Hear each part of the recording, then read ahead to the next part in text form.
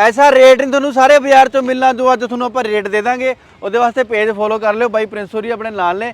ਵੀਰੇ ਮਾਡਲ ਕਿੰਨਾ ਕਾਰ ਦਾ? 2017 ਮਾਡਲ ਹੈ ਭਾਜੀ। ਹਾਂਜੀ, ਪੈਟਰੋਲ ਗੱਡੀ ਹੈ, ਓਕੇ, ਬਹੁਤ ਵਧੀਆ ਕੰਡੀਸ਼ਨ ਦੀ ਗੱਡੀ ਹੈ ਭਾਜੀ। ਇੱਕੋ ਹੀ ਰੇਟ ਹੈ ਇਹਦਾ, ਹਾਂਜੀ 4.5 ਲੱਖ ਰੁਪਏ। 4.5 ਲੱਖ ਰੁਪਏ ਬਾਈ ਹੈ ਨਾ। ਅਗਲੀ ਆ ਗਈ ਸਵਿਫਟ।